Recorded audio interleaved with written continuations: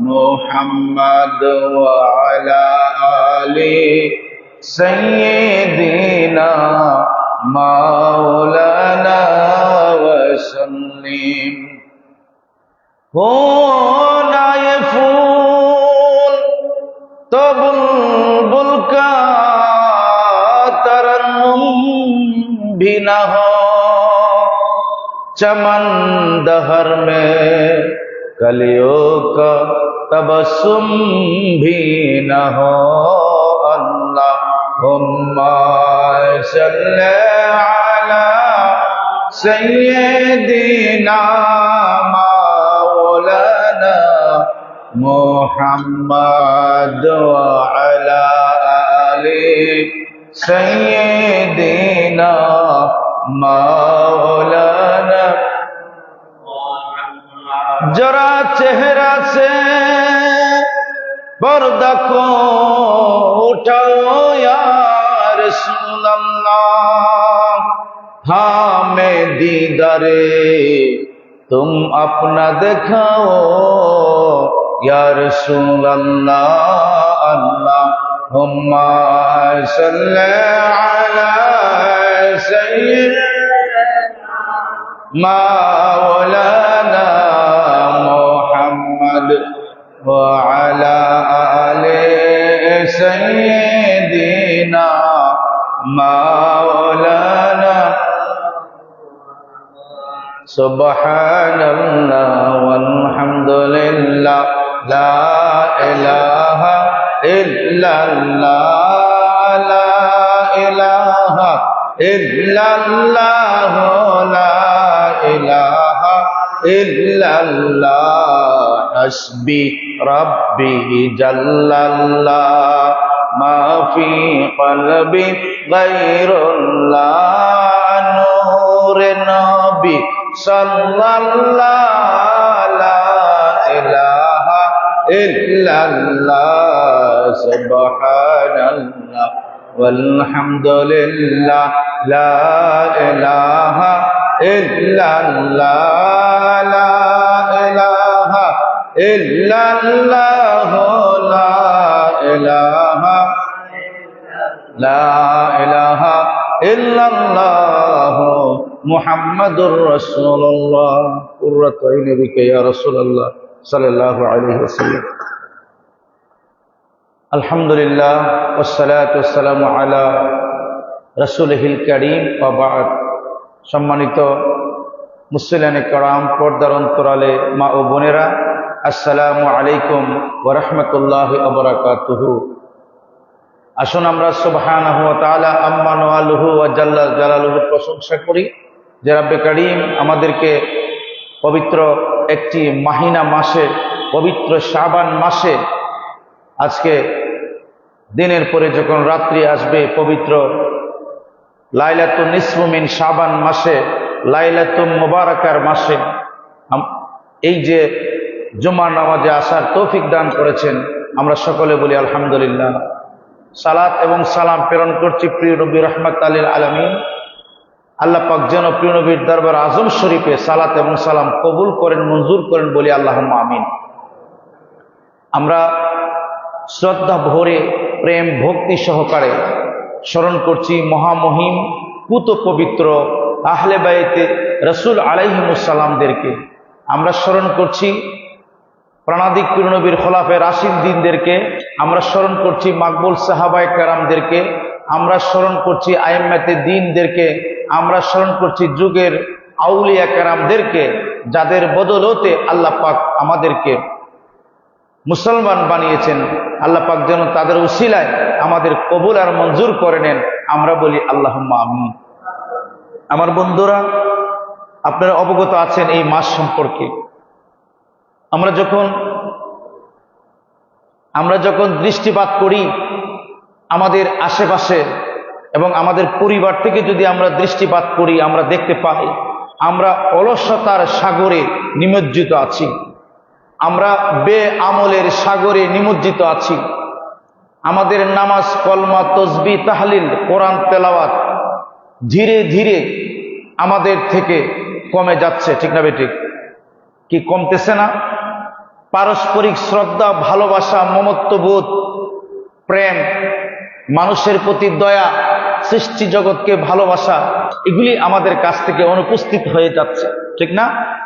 সংশয়বাদীরা, যারা আল্লাহকে মানে না, তারা বলে, এবং তাদের ছিটাপোটা পেয়ে আমাদের নামদারি কিছু মুসলমানও আছে, যে মরলে যা হবার হবে, এটা কেউ দেখবে না। নাউজুবিল্লাহ পড়েন। এরকম বলে কি না? কি বলেন? বলে না যে মরলে যা হবার হবে? তো আমাদের এই পারস্পরিক শ্রদ্ধাবোধ, প্রেম, ভালোবাসা প্রত্যেকটি পরিবারের ঘরে ঘরে আগে ভরপুর ছিল, এখন এটা অনুপস্থিত, ঠিক না? কয়েকটি কারণে অনুপস্থিত আছে। তোর মধ্যে একটি কারণ হচ্ছে আমরা আমাদের আওলাদদেরকে আমরা সুশিক্ষা দিতে ব্যর্থ। আমরা দুনিয়ার চাকচিক্য, দুনিয়ার মুহে পড়ে আমাদের আওলাদদেরকে আমরা দুনিয়ামুখী করছি, কিন্তু দিনমুখী করি নাই। এজন্য আমাদের সন্তানদেরকে দিন এবং দুনিয়া উভয়মুখী করতে হবে। বলেন সুবহানাল্লাহ। আল্লাহ সুবহানাহু ওয়া তাআলা পবিত্র কোরআনুল কারীমের মধ্যে ইরশাদ করেছেন, আউযু বিল্লাহি মিনাশ শাইতানির রাজীম। আল্লাহ পাক বড় সুন্দর করে বলেছেন যে ওয়ামা খালাকনাস সামাওয়াতি ওয়াল আরদা, নিশ্চয়ই আমি আল্লাহ রাব্বুল আলামিন এই জমিন এবং এই আসমান কি করে সৃষ্টি করি নাই। লাইবুন, আমি খেলার জন্য, তামাশার জন্য। দুনিয়াটা একটা খেলার ফিল্ড নয়, ফুটবল খেলার মাঠ নয়, ক্রিকেট খেলার মাঠ নয়, জুয়ার বুট নয়, জুয়ার আসর নয়, মারামারির ফিল্ড নয়। আল্লাহ বলে আমি দুনিয়াটাকে তামাশা করে বানাইছি না। বলেন সুবহানাল্লাহ। মাওলা তুমি কেন দুনিয়া বানাইলা? আল্লাহ জবাব দিচ্ছে, এগুলি আমাদের সন্তানদেরকে শিখাতে হবে, আমরাও শিখতে হবে। আল্লাহ দুনিয়াটা কেন বানাইলেন? মা খালাকনাহুমা, আমি এই দুনিয়াটা সৃষ্টি করি নাই ইল্লা বিল হক, কেবল হকের জন্য সৃষ্টি করেছি, সত্যের জন্য সৃষ্টি করেছি। কেবল মানুষে একে অপরের ধৈর্যের কথা বলবে, একে অপরে আমলের কথা বলবে, ইমানের কথা বলবে, প্রেমের কথা বলবে, ভালোবাসার কথা বলবে, সৌহার্দ্যর কথা বলবে। এজন্য ইল্লা বিল হাক্কি, আমি এজন্য দুনিয়াটা সৃষ্টি করেছি। ওয়ালাকিন্না আকসারাহুম লা ইয়ালামুন, কিন্তু অধিকাংশ মূর্খরা, অধিকাংশ জাহেলরা এটা জানে না, এটা বুঝে না যে দুনিয়া মনে হয় আল্লাহ এমনি বানাইছে। নাউজুবিল্লাহ। দুনিয়া কি আল্লাহ খেলার ছলে বানিয়েছেন? ক্রিয়া তামাশার জন্য বানাই নাই। আল্লাহ রাব্বুল আলামিন ইরশাদ করতেছেন যে আমি এমনি বানাই নাই। সুবহানাল্লাহ বলবেন না? ইন্না ইয়াউমাল ফাসলি মিকাতুহুম আজমাইন, আমি একটি নির্দিষ্ট সময়ের মাঝে তোমাদেরকে একত্রিত করব। এমন একটা দিন আসবে যেদিন আমি তোমাদেরকে একত্রিত করব। আজকে যার জন্য তুমি তোমার জীবন বাজি রেখেছো, সেই কিয়ামতের বয়াল ময়দানে যাদের সাথে তুমি বন্ধুত্ব করেছো, প্রেম করেছো, ভালোবাসা করেছো, ব্যবসা লেনদেন করেছো, এবং বন্ধুর পক্ষে নিয়ে আরেক মানুষকে তুমি মাথায় আঘাত করেছো, বাড়ি দিয়েছো, মিথ্যা সাক্ষ্য দিয়েছো, মিথ্যাভাবে মিথ্যা রটনা করেছো, মানুষের সম্মানহানি করেছো, এগুলি তুমি তো করেছো। আল্লাহ কোরআনে পাকে জবাব দিচ্ছেন যে, আল্লাহ বলছেন ইয়াউমা লা ইউগনি, সেদিন তোমাদের কোনো কেউ কাজে আসবে না। তোমাদের মাওলান, তোমাদের বন্ধু, যে তোমাদের সেদিন এক বন্ধু আরেক বন্ধু কোন উপকারে আসবে না, এক বন্ধু আরেক বন্ধুর কোন উপকার করতে পারবে না। একজনকে ছেড়ে একজন দূরে দূরে পলাবে। ওয়ালা হুম ইউনসারুন, আর তোমাদেরকে সাহায্য করা হবে না। সুবহানাল্লাহ। তো বন্ধুত্ব করেন যে আপনি বুঝেন বন্ধুত্ব মানে কি। এজন্য আল্লাহ রাসূল সাল্লাল্লাহু আলাইহি ওয়াসাল্লাম ইরশাদ করেছেন, একজন সৎ লোকের সাথে বন্ধুত্ব করবে। কোন লোকের সাথে? সৎ লোকের সাথে। ওয়াকুনু মা'আস সাদিকিন, একটা বিশ্বাসী লোকের সাথে বন্ধুত্ব করবেন, যে ঠকাবে না, যে ধোঁকাবাজি করবে না।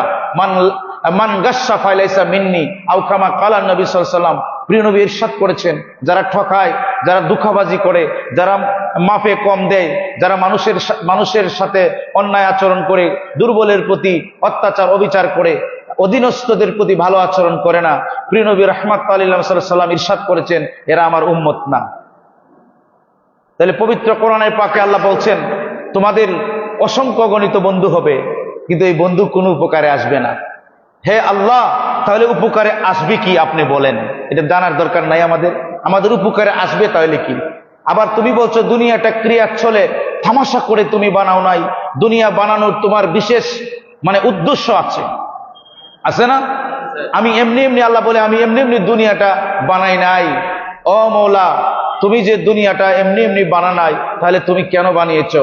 আল্লাহ পাক কোরআনে কারীমের মাঝে অন্যত্র জবাব দিয়েছেন যে ইয়াউমা লা ইয়ানফাউ, সেদিন তোমাদের কোনো উপকারে আসবে না, তোমাদের ওয়ালা বানুনা ওয়ালা মালুন, তোমাদের সন্তান সন্ততি, তোমাদের সম্পদ, ইল্লা আতা আল্লাহি বিকলবিন সালিম, সেই বয়াল ময়দানে, কিয়ামতের ময়দানে আমি একমাত্র ওই ব্যক্তিদেরকে নিরাপত্তা দেব যার অন্তরটা পবিত্র। বলেন না সুবহানাল্লাহ। কালবে সালিম বুঝুননি আপনারা? কালবে সালিম কাকে বলে? একটি মানুষ, ধরেন আমরা অনেক সাজগুজ করি, সুন্দর পোশাক পরি, ঠিক না?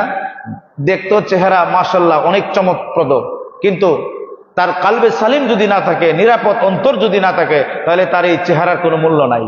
আর যদি তার অন্তর পরিষ্কার, কালবে সালিম আছে, কালবে সালিম মানে এটার অনেক তফসির আছে। কালবে সালিমের আরেকটা ব্যাখ্যা হচ্ছে ওই ব্যক্তির এমন এক কালবে সালিম, তার কাছে সৃষ্টি যতই উপকার চাক না কেন, তার কাছে যে কোনো জিনিসের লাগে আসুক না কেন, সে ফেরত দেয় না। বলেন না সুবহানাল্লাহ। এমনকি তার কাছে যদি দুনিয়াটা চায় যে তুমি আমার দুনিয়াটা দান করো, এরপরে সে ফেরত দেয় না। এখন বলেন তো, দুনিয়া দান করলে, ধরেন আমার ব্যবসায়িক সাহেব আছে, হাজী সাহেব, আমি বললাম যে আপনার সমস্ত ব্যবসা প্রতিষ্ঠান যা আছে আমাকে দিয়ে দেন। কথা বুঝতে রুজেল ভাই? আপনাকে বলো আপনার সমস্ত ব্যবসা প্রতিষ্ঠান আমারে দিয়ে দেন, কিন্তু হাদিস শরীফে আসছে আপনি ফেরত দিতে পারবেন না আমারে, তখন কি করবেন? আপনি বাড়ি ঘরে সব আমারে দিয়ে দেন। আপনি কইলেন আমি দিয়েও দিব, কিন্তু পরক্ষণে বুঝলেন না এটা তো দেওয়া ঠিক হবে না, আমার তো সন্তান সন্ততি আছে, কিন্তু আপনার ইচ্ছা আমাকে দিয়ে দিতে, তখন কি করবেন আপনি? আসুন, এটা কোরআনে ব্যাখ্যা আছে, আল্লাহ রাসূল ফয়সালা দিছে। ইমাম মুহাম্মদ ইবনে হাম্বল, আল্লামা ইমাম মুহাম্মদ ইবনে শরফুদ্দিন, আল্লামা ইমাম মাওহাবুল্লাহ দুনিয়ার প্রণেতা, তিনি লিখেছেন যদি কোনো ব্যক্তি এরকম ইচ্ছা পোষণ করে, তাহলে তুমি বিসমিল্লাহ করে পবিত্র কোরআনুল কারীমের একটা নুকসা দান করে বলবেন, নেন আমি আপনাকে সারা পৃথিবী দান করছি। বলেন না সুবহানাল্লাহ। তখন এটা হক আদায় হয়ে যাবে। কথা বুঝতে পেরেছেন তো? পবিত্র কোরআনুল কারীমের মর্যাদা কত বড়। আজকে এই যে আমরা দিনগত রাতে আমরা যে শবে বরাত পালন করব, ভাগ্য রজনী, আল্লাহ রাব্বুল আলামিন বলছেন আমার বন্ধু বলুন এই রাত্রিতে আমি সকলকে ক্ষমা করে দেব, তবে এক ব্যক্তিকে ক্ষমা করব না। কোন ব্যক্তিকে? এক ব্যক্তিকে। 48 নং আয়াত সূরা নিসার মধ্যে আল্লাহ বলছেন বিসমিল্লাহির রহমানির রহিম, ইন্নাল্লাহা, নিশ্চয়ই আল্লাহ পাক কি করবেন না, লা ইয়াগফিরু আইয়ুশরাকা বিহি, আল্লাহ ওই সমস্ত ব্যক্তিদেরকে ক্ষমা করবেন না যারা মুশরিক, যারা আল্লাহর সাথে অংশীদার স্থাপন করে। বলেন নাউযুবিল্লাহ। ওয়া ইয়াগফিরু মা দুনা যালিকা লিমান ইয়াশা, আর এই মুশরিক ছাড়া আমি যাকে চাই, আমার যাকে ইচ্ছা তাকেই আমি ক্ষমা করে দিই। সুবহানাল্লাহ বলেন। আমরা ক্ষমা চাইতেও জানি না, ক্ষমা চাইতে জানি আল্লাহ তুমি আমার মাফ করে, হয়ে গেছে। ক্ষমা চাওয়ার পদ্ধতি আছে। আপনি যত বড় গুনাহ করেন না কেন, একেবারে এমন কোন আকাশের তারকা পর্যন্ত, বালু পর্যন্ত গুনাহ করেছেন, বালু কণার থেকে বেশি, কিন্তু আল্লাহ রাব্বুল আলামিন বলছেন এই রাত্রিতে যদি আমার কাছে চায়, অর্থাৎ লাইলাতুন নিসফু মিন শাবানের রাত্রিতে, আমি অবশ্যই দোয়া কবুল করব। কিন্তু একজন ব্যক্তিকে ক্ষমা করবেন না, কারা? যারা মুশরিক, যারা আল্লাহর সাথে অংশীদার স্থাপন করে। ওমাই ইশরুক বিল্লাহি ফাকাদ ইহতামা, যারা আল্লাহর সাথে শরীক করে, অংশীদার করে, তারা বড় জালেম, তারা আল্লাহর প্রতি মিথ্যা প্রতিপন্ন করলো। ইসমান আজিমা, এটা হচ্ছে অত্যন্ত বড় পাপ, যেই পাপের কোনো ক্ষমা নাই। সাহাবীকে প্রশ্ন করলেন, ও আমার সাহাবীরা, তোমরা জানোনি এই রাত্রিটার নাম কি? ক্বালু ইয়া রাসূলুল্লাহ আল্লাহু ওয়া রাসূলুহু আলামু বিমুরাদিহি বিহি। ওগো আল্লাহর নবী, রাহমাতাল লিল আলামিন, প্রাণের নবী, আপনি ভালো জানেন, দয়াময় আল্লাহ তাআলা ভালো জানেন। প্রিয় নবী রাহমাতাল লিল আলামিন ইরশাদ করেন, এ আমার উম্মতেরা শোনো, আজকে হচ্ছে পবিত্র লাইলাতুন নিসফু মিন শাবান, অর্থাৎ শাবানের রাত্রি। আমার সাহাবারা শোনো, তোমাদের মাধ্যমে কিয়ামত পর্যন্ত যত আমার উম্মত হবে তাদের পর্যন্ত মেসেজ আমি প্রিয় নবীর পক্ষ থেকে। ওই রাত্রি যেদিন আসবে, তারা যদি কায়মানু বাক্যে আল্লাহ রাব্বুল আলামিনের কাছে কোনো জিনিস চায়, আল্লাহ রাব্বুল আলামিন গত 1 বছরের যত তার জীবনের আমল নামার মধ্যে যা ঘটবে বাজেট হিসাবে আল্লাহ পাক তার নামে আমলে দিয়ে দেয়। আর যদি কেঁদে কেঁদে ওই ব্যক্তি আল্লাহ পাকের কাছে চায়, আল্লাহ তুমি আমাকে ক্ষমা করো, আমি জীবনে অন্যায় করব না, আমি জীবনে ভুল করব না, যা করেছি অন্যায় হয়েছে, ভুল হয়েছে, যদি কেউ আমার কাছে ক্ষমা চায়, আমার সাহাবীরা তোমরা শোনো, আজকে সেই রজনী আল্লাহ পাক ক্ষমা করে দিয়ে তাকে অসংখ্য গণিত রহমত দ্বারা বেষ্টন করে নিবে। বলেন সুবহানাল্লাহ। কি বলেন, আমরা চাই না আজকে রাত্রির ইবাদত? বিরুদ্ধবাদীরা কয় নাই শবে বরাত।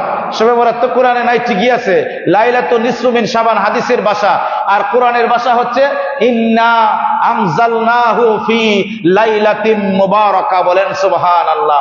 এই রাত্রিকে বলা হয় লাইলাতুম মুবারাকা, ফিহা কুল্লু আমরিন হাকিম।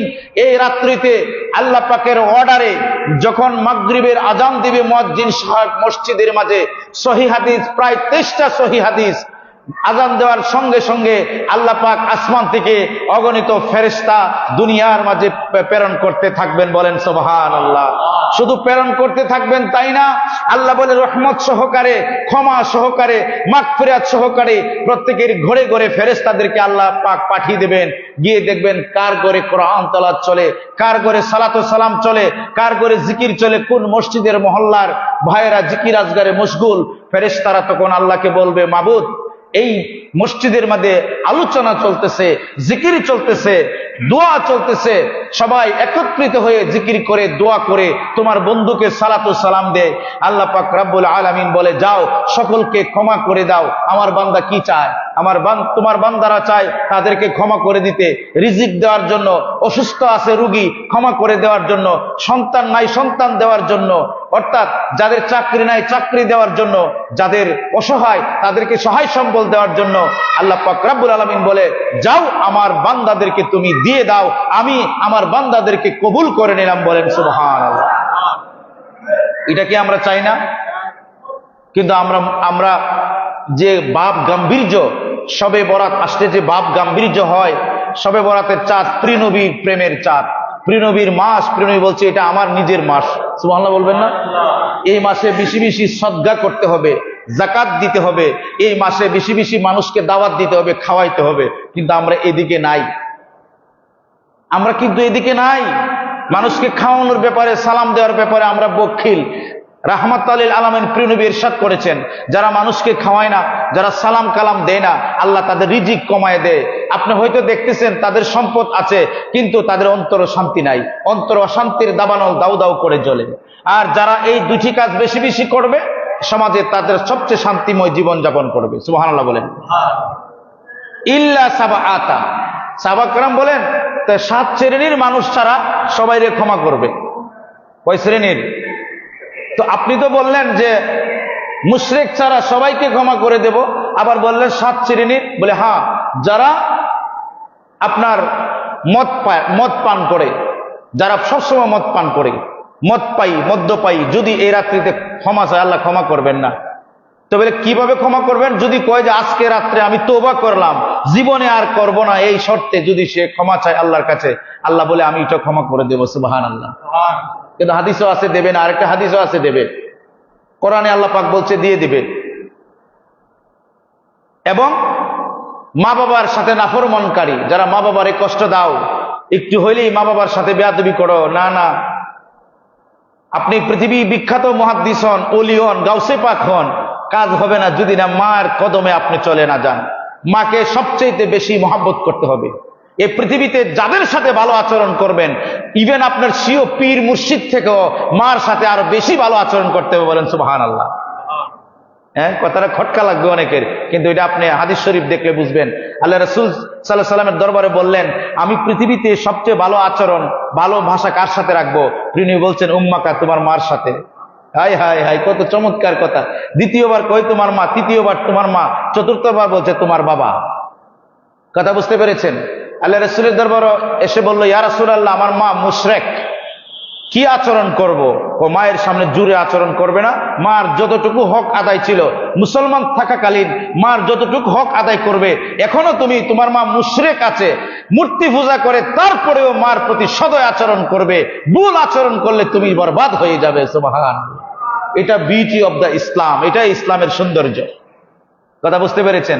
এই লোককে আল্লাহ ক্ষমা করবেন না। তবে হ্যাঁ, মা বাবার যদি আপনি বাড়িতে গিয়ে মা বাবার কদমে ধরে চুমুক করেন, চুমুক করে যদি বলেন আমারে ক্ষমা করে দাও আম্মা, আমি ভুল করছি, অন্যায় করছি, বাবা ভুল করছি, আর করব না, আজকে আপনার জন্য মাগফিরাত আছে, আর নাইলে কোনোদিন হবে না। আল্লাহ চাহে তো, যদি আল্লাহ না করুক, যদি আপনি মা বাবার সাথে অন্যায় করে ক্ষমা না করে যদি মারা যান, তাহলে আপনি জাহান্নামে চলে যাবেন। কারণ আল্লাহর কোরআনে বলছে মা বাবার সন্তুষ্টি হচ্ছে আল্লাহ এবং রাসূলের সন্তুষ্টি। সুবহানাল্লাহ বলেন না? কি মনে করছেন মা বাবার এত সহজ না? মা বাবা অনেক বড় জিনিস, অনেক দামি জিনিস, বরকতিতা জিনিস। মা বাবার দোয়া করলে কোনো মানে আল্লাহর কোনো পর্দা থাকে না। সুবহানাল্লাহ বলবেন না? ডাইরেক্ট দোয়া কবুল হয়ে যায়। মা আহ করছে তো এটা কবুল হয়ে গেছে। হ্যাঁ, এত সম্মানিত মা, আল্লাহু আকবার কাবীরা। তো আমার বন্ধুরা, এই ব্যক্তিকে আল্লাহ ক্ষমা করবেন না। আর যারা হাসাদ করে, হিংসা, হাসাদ বুঝুননি, হিংসা তো আপনারা বুঝেন। হিংসার তাফসীর হচ্ছে, হাদিসে মুবারাকাতে এসেছে, তাফসীরে এসেছে, হাসাদ হচ্ছে অন্য কোনো মানুষের ভালো গুণ দেখে হিংসা করা, এবং তার কেন এই গুণটা হইলে এই গুণটা যে তো না থাকে সেই কামনা করা, এটাকে বলে হিংসা করা। অন্য কেউ বড় হোক, সে প্রশংসিত হোক, সে দামি হোক, সে সম্মানিত হোক, সে টাকা পয়সার মালিক হচ্ছে, অথবা তার দিন দিন তরক্কি উন্নতি হচ্ছে, আমার হয় না, এই হিংসা করা, তাকে খাটু করা, তাকে হেয় করা, এটা হচ্ছে হাসাদ। এই হিংসার ব্যাপারে প্রিয় নবী ইরশাদ করেছেন, হিংসুকরা যতই আমল করুক, দিন শেষে তাদের আমল ওই রকম হয়ে যায় যেভাবে একটি জ্বলন্ত আগুনের মাঝে আপনি কাঠ ছেড়ে দিলেন, লাকড়ি ছেড়ে দিলেন, এই লাকড়িটাকে জ্বলন্ত কাঠটাকে আগুনে খেয়ে একেবারে ছাই করে দিল, আংরা করে দিল, বর্ষ করে দিল। হিংসুক ব্যক্তির আমল এরকম ছাই থাকে, বৎস থাকে, তার কোনো আমল আল্লাহর দরবারে কবুল হয় না। বলেন নাউজুবিল্লাহ। কথা বুঝতে পেরেছেন? হাসদ জিনিসটা মারাত্মক। কিতাবে এসেছে সবচেয়ে রোগী ব্যক্তিকে, যার অন্তরে হিংসা আছে, হাসদ আছে, দুশ্মনী আছে, পরের ভালো দেখলে যার ভালো লাগে না, নিজের ভাইয়ের ভালো দেখলে যার ভালো লাগে না, পাড়া প্রতিবেশীর উন্নতি তরক্কি দেখলে যার ভালো লাগে না, এবং বদদোয়া করে এটা যেন তার না হয়, এবং চোখ অন্যভাবে চায়, তারপরে কপাল কুঁচকায়, ওই সমস্ত ব্যক্তিকে আল্লাহ রাব্বুল আলামিন বলেছেন তারা নিঃসার, তাদের আমল আল্লাহর দরবারে কবুল হবে না। প্রিয় নবী বলছেন তারা বেমারি, তারা অসুস্থ। এজন্য কারো ভালো জিনিস দেখলে হিংসা করেন নাই, কারো তরক্কিতে হিংসা করেন নাই, বরং এটা বলতে হবে, আল্লাহ তুমি যে তোমার এই বান্দাকে গুণটা দান করেছো অনেক ভালো, আল্লাহ এই গুণটা তুমি আমাকেও দাও। সুবহানাল্লাহ। এটা জায়েজ আছে, এটাকে বলে ঈর্ষা। ঈর্ষা মানে হইলো এই গুণটা আমারও তুমি দান করো, আল্লাহ তুমি তার গুণ আরো বাড়াই দাও, আর এই গুণটা আমারও তুমি দান করো। সুবহানাল্লাহ বলেন। তাহলে হিংসুকদের দোয়া এই রাত্রিতে আল্লাহর কাছে কবুল হবে না। কথা বুঝতে পেরেছেন? আর যারা মুনাফিক আছে, নেফাকি অন্তরে, এদের দোয়া কবুল হবে না। তবে আপনি বলবেন তাহলে ক্ষমার ব্যবস্থাটা কি? ক্ষমার ব্যবস্থাটা হলো যে আপনি এই রাত্রিতে কায়মানুবাক্যে তওবা করবেন যে আল্লাহ আমি জীবনে যা করেছি, আমার জীবনে যত অন্যায় করেছি, মাবুদ তুমি ক্ষমা করে দাও। প্রিয় নবীর উপরে বেশুমার সালাতু সালাম করবেন, তখন অবশ্যই অবশ্যই আপনি আমার দোয়া আল্লাহ পাক কবুল করবেন, আমাদেরকে ক্ষমা করে দেবেন। বলেন আল্লাহুম্মা আমিন। আমার বন্ধুরা, তাহলে এই যে রাত্রিটার ফজিলত কতটুকু, শবে বরাত কতটুকু, আমি আপনাদেরকে বলবো যে শবে বরাত কাদের জন্য? যারা ইমানদার তাদের জন্য। কাদের জন্য? যারা ইমানদার। বলে ইমানদার কারা? যারা আল্লাহ আল্লাহ রাসূলকে নিঃশর্তভাবে জীবনের চেয়ে বেশি ভালোবাসে। সুবহানাল্লাহ। আপনি কিছু মানলেন আর কিছু মানলেন না, এটা হবে না। আমি কিছু মানলাম আর কিছু মানলাম না, এটা হবে না। আপনাকে ষোলকলা ইসলামে দাখিল হতে হবে। উদখুলু ফিস সিলমি কাফা, ইসলামে তোমরা ষোলকলায় দাখিল হও, পরিপূর্ণভাবে দাখিল হও। কিছু মানলাম আর কিছু মানলাম না, এটা কিন্তু হবে না। কথা বুঝতে পেরেছেন? আমার বন্ধুরা, আপনি নামাজ আলহামদু সূরা পড়লেন, সূরা ফাতিহা পড়লেন, কত মজার সূরা। তারপরে আপনি ইখলাস শরীফ পড়লেন, এভাবে নামাজ আদায় করলেন। আপনি সূরা ফাতিহার মাঝে বললেন, ওগো মওলা, আলহামদুলিল্লাহি রাব্বিল আলামিন, আমি প্রশংসা করছি সেই রবের যিনি সমস্ত জগতের প্রতিপালক। ঠিক না? আর রহমানির রহিম, যিনি রাহিম এবং রহমান, আমি তার প্রশংসা করছি। মালিক ইয়াউমিদ্দিন, তিনি কিয়ামত দিবসে আমার মালিক, দুনিয়াও তিনি আমার মালিক, ঠিক না? ইয়্যাকা না'বুদু ওয়া ইয়্যাকা নাস্তাঈন, আমরা কেবলমাত্র একমাত্র তোমারই ইবাদত করি এবং তোমার কাছে সাহায্য চাই। সুবহানাল্লাহ। এই কথা বলে তো সূরা শেষ হইলে ভালো হইতো নাকি? কিন্তু আল্লাহ কি বলছে? ইহদিনাস সিরাতাল মুস্তাকিম, আমাদেরকে সরল পথ দান করো। এখন সরল পথটা কি? সরল পথটা কি? সিরাতাল্লাযিনা আনআমতা আলাইহিম, ওই যে আনআমতা নিয়ামত, ওই তাদের পথ সরল পথ যারা তোমার নিয়ামত প্রাপ্ত হইছে। কি প্রাপ্ত? নিয়ামত প্রাপ্ত। এখন সূরা ফাতিহা পবিত্র সমস্ত কোরআনের কিন্তু তাফসীর, সমস্ত কোরআনের কি তাফসীর। এজন্য আমাদের দেশে দেখবেন তাফসীর করে 1 ঘন্টায় 20টা আয়াতে কারিমা বলে, কিন্তু কিচ্ছু না অনুবাদ বলে। এটা তাফসীরের নামে মানুষকে ধোঁকাবাজি দেয়। তাফসীর জানেন, তাফসীর করতে গেলে 18টা জ্ঞান লাগে। কয়টা জ্ঞান? শুধু তাফসীর শোনাইতে গেলে 18টা জ্ঞান লাগে। পবিত্র কোরআনের একটা সূরা নসখ, আরেকটা হচ্ছে মানসুখ, বুঝতে পেরেছেন? আরেকটা হচ্ছে আপনার 500 আয়াতে কারিমা আছে যেটা হচ্ছে শরীয়তের বিধান। আরেকটা আয়াতে কারিমা হচ্ছে আয়াতে মুতাশাবি, যে আয়াত দ্বারা দলিল দেওয়া যাবে না, আয়াতকে বিশ্বাস করতে হবে। যেমন আলিফ লাম মিম, এটা কোনো দলিল হবে নাকি? এটা হচ্ছে হরফে মুকাত্তা আয়াত। এরকম 29টি সূরার শুরুতে আলিফ লাম মিম এসেছে, এটাকে বলে হরফে মুকাত্তা আয়াত। এই আয়াতের অর্থ আল্লাহ এবং তার রাসূল ভালো জানেন, বলেন সুবহানাল্লাহ। তো আপনি যখন আমি আপনাকে বললাম যে আল্লাহ বলছে আনআমতা আলাইহিম, তো আনআমতা আলাইহিম কারা? কোরআনে আল্লাহ বলছে আনআমতা আলাইহিম হচ্ছে তারা মিনান নবিয়িনা ওয়াস সিদ্দিকিনা ওয়াস শুহাদাই ওয়াস সালিহিন, তারা হচ্ছে আল্লাহর নবী, শহীদ, সিদ্দিক, সালেহীন। তাহলে এই 4 শ্রেণীর অন্তর্ভুক্ত তারা হচ্ছে নিয়ামত প্রাপ্ত। আর আমরা প্রতিদিন নামাজের মধ্যে বলি আনআমতা আলাইহিম, ওই 4 শ্রেণীর অন্তর্ভুক্ত আমাকে করে দাও, বলেন সুবহানাল্লাহ। মিনান নবিয়িনা অর্থ হচ্ছে নবীর অনুসারী করে দাও, প্রিয় নবীর গোলাম বানিয়ে দাও। আমরা প্রতিদিন সূরা ফাতিহা পড়ি, সুবহানাল্লাহ কইবেন না? এজন্য সুন্নিরা বেশি নবীর প্রেমের আলোচনা করে, কারণ আমি যে প্রতিদিন আপনি কইন, আপনি জানেননি কি বলেন সূরা ফাতিহার মাঝে? সূরা ফাতিহা পবিত্র সমস্ত কোরআনটা সূরা ফাতিহার মাঝে আছে, সুবহানাল্লাহ। এজন্য যদি বলে তুমি 1 খতম কোরআন তাড়াতাড়ি 2 মিনিটের ভিতরে পড়ো, তুমি সূরা ফাতিহা পড়ে দিবা, কোরআন পড়ার সওয়াব হয়ে যাবে, সুবহানাল্লাহ। সূরা ইখলাস শরীফ 3 বার পড়বা, কোরআন শরীফ পড়ার সওয়াব হয়ে যাবে। কথা বুঝতে পেরেছেন? এজন্য এগুলি হচ্ছে টেকনিক, জানতে হবে। ইসলামে কতগুলি নিয়ম নীতি আছে, আপনি যখন সেই নিয়ম নীতির মধ্যে ঢুকে যাবেন তো আল্লাহ আপনাকে ক্ষমা করে দিব, সুবহানাল্লাহ। আপনি পদ্ধতি জানতে হবে, ঠিক না? তো আনআমতা আলাইহিম হচ্ছে নবীগণ, সিদ্দিকগণ, শহীদগণ আর সালেহীনগণ। এই 4 শ্রেণীর ব্যক্তি, অর্থাৎ নবীগণের অনুসারে আমরা নবীর গোলাম হতে চাই, সবসময় আমরা দোয়া করি নবীর প্রেমিক বানাও, নবীর পথের প্রতীক বানাও, সুবহানাল্লাহ। তারপরে বলি সিদ্দিক বানাও, আমাকে সত্যবাদীদের অন্তর্ভুক্ত করে নাও, সুবহানাল্লাহ বলবেন না? আর শাহিদ, যারা শহীদ হয়েছে তাদের দলভুক্ত আমাকে করে নাও। আর লাস্টে কই মিনাস সালেহীন, সালেহীন মানে তুমি আমারে আল্লাহর ওলি বানাই দাও, সুবহানাল্লাহ। এই 4টা দোয়া আল্লাহর কাছে আমরা করি প্রতিদিন। আপনার মনে কি এটা জাগে যে আমি সূরা ফাতিহার মধ্যে কি বলি, একটু দেখি না, একটু বুঝি না কি বলি আমি আল্লাহর কাছে? আল্লাহর কাছে আপনি প্রতিনিয়ত আনআমতা আলাইহিম পড়েন। তো আনআমতা আলাইহিম কারা? এই যুগে যারা আল্লাহ এবং রাসূলকে বিনা শর্তে মানে, সমস্ত বাতিল থেকে মুক্ত, তাদের জন্য শবে বরাত, তাদের জন্য ভাগ্য, তাদের জন্য মাগফিরাত, তাদের জন্য ক্ষমা। নচেত আমাদের শবে বরাত বলেন, শবে কদর, সব চিন্তাই হয়ে গেছে। এখন মানুষ একটা অন্ধকারের মাঝে পড়ে আছে। আর আমরা যেভাবে আছি, আলহাকুমুত তাকাসুর, যে আমরা দুনিয়ার লোভে মহাচন্ন হয়ে গেছি। আমরা এটা কোনো অবস্থায় আমরা প্রতিযোগিতা থেকে দূরে সরছি না, শুধু দুনিয়ার দিকে ধাবিত হচ্ছি। আল্লাহ পাক কোরআনে বলছে, হ্যাঁ তারা সরবে যখন তাদের মৃত্যু চলে আসবে, যখন কবরে যাবে তখন এগুলি কোনো কাজে আসবে না। তখন বলবে হাই হাতা, হাই হাতা, আল্লাহ আমি কেন এগুলির পিছনে পাগল ছিলাম, তুমি আমাকে বাঁচাও। কিন্তু তাদের মুখ বন্ধ হয়ে যাবে। আমার বন্ধুরা, তাহলে আজকে এই শবে বরাতের নাজ নিয়ামত আমরা পাওয়া দরকার আছে কিনা?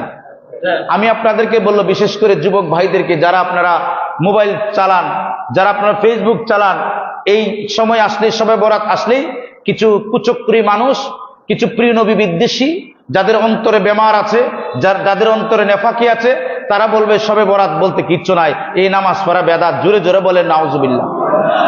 সারা পৃথিবীতে আমরা চ্যালেঞ্জ করে বলছি, শবে বরাত সম্পর্কে 23টা সহিহ হাদিস আছে, সুবহানাল্লাহ বলেন না? আল্লামা শাহ ওলিউল্লাহ মুহাদ্দিসে দেহলভী রাহমাতুল্লাহ আলাইহি, শাহ আব্দুল আজিজ মুহাদ্দিসে দেহলভী রাহমাতুল্লাহ আলাইহি, শাহ আব্দুর রহিম মুহাদ্দিসে দেহলভী রাহমাতুল্লাহ আলাইহি, মাদারিজুন নবুওয়াতের লেখক আল্লামা শাইখ আব্দুল হক মুহাদ্দিসে দেহলভী রাহমাতুল্লাহ আলাইহি, এদের মাধ্যমে এই দেশে হাদিস এসেছে, কোরআনে পাকে এসেছে। এই ওনাদের সমস্ত কিতাবের মাঝে লেখা আছে যে লাইলাতুন নিসফু মিন শাবান হচ্ছে একটি বরগাজিদা রাত্রি। এই রাত্রিতে আল্লাহ পাক কোরআনে পাক প্রথম নাজিল করেছিলেন। এই জন্য এই রাত্রিতে যারা বেশি বেশি সূরা দুখান তেলাওয়াত করবে, আল্লাহর ফেরেশতারা তার সাথে মুসাফা করবে। বলেন সুবহানাল্লাহ। আল্লাহুম্মা সাল্লি সাইয়্যিদিনা মাওলানা মুহাম্মাদ ওয়া আলা আলি সাইয়্যিদিনা মাওলানা। আমার বন্ধুরা, ইমানি ভাইয়েরা, আজকে এই মাগফিরাত কাদের জন্য? যারা প্রিয় নবীর প্রেমে উৎসর্গিত, যারা হক বাতিল চিনেছে তাদের জন্য। সুবহানাল্লাহ বলেন। কিন্তু কই আমরা প্রিয় নবীকে চিনলাম? আমরা তো প্রিয় নবী থেকে দুজন বিজন দূরে। আমাদের প্রিয় নবী বলছে কি, আমরা বলি কি? ঠিক না? আপনারা বলতে পারেন যে মৌলানা ওগুলো তো ঠিক নাই, একজন আরেকটা কয়, একজন আরেকটা কয়। হ্যাঁ, আমিও কই আমরা ঠিক নাই তো। কারণ একটা মাপকাঠি আছে প্রিয় নবী দিয়েছেন যে শাররুল উলামা খায়রুল উলামা। শাররুল মানে খারাপ মন্দ আলেম, আর খায়রুল মানে ভালো আলেম। ভালো আলেম চিনবেন কেমনে? প্রিয় নবী অনেক অনেক বছর আগে আমাদেরকে বলে দিয়েছেন, আল্লাহর ওলিগণ বলে দিয়েছেন। খায়রুল উলামা চিনার একটা ক্রাইটেরিয়া হলো তারা দুনিয়া লুবি হবে না। কি লুবি হবে না? দুনিয়া লুবি হবে না, কালাবুদ দুনিয়া হবে না। এটা হচ্ছে তার প্রথম ক্রাইটেরিয়া। সুবহানাল্লাহ বলেন না। প্রথম ক্রাইটেরিয়া সে কালাবুদ দুনিয়া হবে না। দ্বিতীয় ক্রাইটেরিয়া হচ্ছে তার জীবন জিন্দিগিতে প্রিয় নবীর প্রেম ছাড়া সে আর কোনো কিছুর সাথে আপোষ করবে না। সুবহানাল্লাহ বলেন। আরেকটা ক্রাইটেরিয়া আছে, যদি রাষ্ট্র ক্ষমতায় থাকে, রাষ্ট্রপ্রধান যদি দিক বেদিক থাকে, রাষ্ট্রের প্রধানরা যদি খারাপ থাকে, তাদের সাথে রক্ত চক্ষু দিয়ে কথা বলা যে তোমরা ভুল পথে আছো, এবং তার সেই খারাপ বিষয়গুলি সে প্রকাশ্যে তুলে ধরা, তাদের সাথে আতাত না করা, তাদের হালুয়া রুটি না খাওয়া। এটা হচ্ছে হক্কানি আলেমের একটি বড় পরিচয়। সুবহানাল্লাহ বলেন। ইমামে আজম আবু হানিফাকে রাহমাতুল্লাহ আলাইহিকে বলল মুসনাদ জিদবিল্লাহ যে আপনাকে 10,000 দিরহাম দেব। কয় হাজার? এখন কত হইব? 10,000 কোটি হবে না? এই 10,000 কোটি টাকা আপনাকে মাসে বেতন দিব। আপনি ফতোয়া দিবেন, কাজী হবেন। ইমামে আজম, মহান ইমাম ইমামে আজম নুমান ইবনে সাবিত আবি হানিফা রাহমাতুল্লাহ আলাইহি বলেন, কশ্চিন কালো সম্ভব নয়, আমি তোমার এই কাজীর পদ যোগ করব না। কেননা এই কাজীর পদ যোগ করলে আমি ন্যায় বিচার করতে পারবো না। আমি মাঝে মাঝে তোমার পক্ষে রায় দিতে হবে, কেননা আমি তোমার দাদন খাই, আমি তোমার টাকা পাই, এজন্য আমি এই কাজীর পদ গ্রহণ করব না। সুবহানাল্লাহ। ইমাম আহমদ ইবনে হাম্বল, মহান ইমাম, ওনাকে বলা হলো, এই আহমদ ইবনে হাম্বল, আমি বাদশা বলছি, তুমি আমার কাছে এখানে দরবারে আসো। তিনি সিংহ শার্দুলের মতো মসজিদ থেকে আওয়াজ দিয়েছিলেন। তিনি খতিব ছিলেন। মসজিদের মেঝে বসে, মিম্বরে বসে বলেছিলেন, তোমার বাদশাকে জানিয়ে দিও আল্লাহর কোরআনের ইলম আর প্রিয় নবীর হাদিসের ইলম কাহারও দরজায় যায় না। যদি বাদশার এতই জানার আগ্রহ থাকে, শিকার আগ্রহ থাকে, সে যেন আমার দরজায় চলে আসে। বলেন সুবহানাল্লাহ। এই বাংলাদেশে কি কারো হিম্মত আছে? আছে, আমরা হয়তো জানি না, কিন্তু বাহ্যিক যাদেরকে দেখি এই কথা বলতে পারবে। যদি ধরেন প্রধান উপদেষ্টা যদি দাওয়াত দেয়, তলপা সহ যাবে, পাইলে যে 3 দিনের যে বাচ্চাটা আছে হেরে শুদ্ধা লয়ে যাব যে আব্বা আইসি। ঠিক না বেটি? সবাই প্রশংসা করেছে, আপনি অনেক ভালো এই সেই, কিন্তু সে আসল কথাটা কেউ বলে নাই যে যাই হোক আমি দিকে যাব না, এটা আমার এই সাবজেক্ট না। শুধু এইটুকু বলবো যে এরা হচ্ছে মহান ইমাম, এদের অনুসরণ যারা করে, যদি তার ভিতরে এরকম কিছু থাকে তা আপনারা বলবেন এটা হক্কানি আলেম। যদি এটা না থাকে তাহলে বেজাল আছে। কি আছে? এ হকের দ্বারার আলেম নয়। ইমাম শাফি রাহমাতুল্লাহ আলাইহিকে 3 বছর পর্যন্ত জেল খাটাইছে। কয় বছর? আমি হলে তো কইলাম বাবা 3 বছর দরকার নাই। কেন কাটাইছে জানেননি? কারণ তিনি আহলে বায়াতকে মহব্বত করতেন। সুবহানাল্লাহ বলেন। আমাদের দেশের একটা টেন্ডেন্সি হচ্ছে, আমাদের দেশের একটি বর্তমান যুগে যারা ওয়াজ নসিহত করে যে বেশি বেশি আহলে বায়াতের শানে কথা বললে, বেশি বেশি আহলে বায়াতের প্রেমিক হলে, বেশি বেশি আহলে বায়াতের প্রশংসা করলে, আলোচনা করলে, তাদের সম্পর্কে বললে, তারা বলে শিয়া। বলেন নাউজুবিল্লাহ। আরে বেকুব, তুমি তো জানো না আহলে বায়াত সম্পর্কে 30,000 হাদিস আছে। বলেন সুবহানাল্লাহ। আল্লামা ইমাম বাইহাকি রাহমাতুল্লাহ আলাইহি তিনি বলেন, আমি আহলে বায়াতের শানে 12,000 হাদিস লিখেছি। সুবহানাল্লাহ বলেন না। তো আমরা তো 12টা হাদিসও মোল্লারা বয়ান করে না, করে না। তাফসীরের মাহফিল দিয়ে কি কয় হেতেই জানে। লাস্টে যায় তার রাজনীতি শুরু করে যে আমার কাছে আইও, ঠিক না বেটি? লাস্টে যায় তার রাজনীতি শুরু করে। হ্যাঁ, পবিত্র কোরআন সুন্নাহ ইসলামে খেলাফতের রাজনীতি আছে, তো বর্তমান যে রাজনীতি এটা নাই, এটা হইলে ভুয়া। কথা বুঝতে পেরেছেন? এটা মানুষের দুঃখ দেওয়ার জন্য, হরণ করার জন্য কোরআন শরীফকে তারা ব্যবহার করে রাজনৈতিক স্বার্থে, ঠিক না? হাদিস শরীফকে ব্যবহার করে রাজনীতির স্বার্থে, এটা জায়েজ নাই। তুমি রাজনীতির স্বার্থে এগুলি ব্যবহার করবে, এটা হারাম। ওই যদি ইমাম মুহাম্মদ ইবনে হাম্বল থাকতো তাহলে এই মোল্লাটিকে ফতোয়া দিতে, এদেরকে কতল করো। কথা বুঝতে পেরেছেন? আজকে তো আমাদের দেশে যারা ওয়াজ নসিহত করে প্রিয় নবীর শানে খারাপ কথা বলে চলে যায়, প্রিয় নবীকে মন্দ কথা বলে, কেউ ধরার মতো লোক নাই, আসেনি? রাষ্ট্রে যারা চালায় এগুলি তো মূর্খ, কোরআন হাদিসের ব্যাপারে মূর্খ। হ্যাঁ, দুনিয়ার ব্যাপারে তুমি শিক্ষিত, আমি তোমারে মানছি, কিন্তু কোরআন সুন্নাহ ব্যাপারে কেউই কি শিক্ষিত? যারা দেশ চালায় বর্তমানে, অতীতে যারা ছিল তারা এগুলি মূর্খ, জাহেল, কোরআন বুঝে না, হাদিস শরীফ বুঝে না। যদি বুঝতো তাহলে এই মোল্লা যে প্রিয় নবীর শানে বেয়াদবি করছে এদেরকে ফাঁসি দিয়ে দিত, ঠিক না বেটি? এরা হচ্ছে হক্কানি আলেম, কিন্তু এগুলি তো নাই। এগুলি অনেক আছে তবে কম, হৃদয় আত্মা আছে তবে কম। এগুলি বাছাই করা বড় মুশকিল। আর যদি বাছাই করেন দেখবেন সাধারণ, সহজ সরল। সুবহানাল্লাহ বলেন।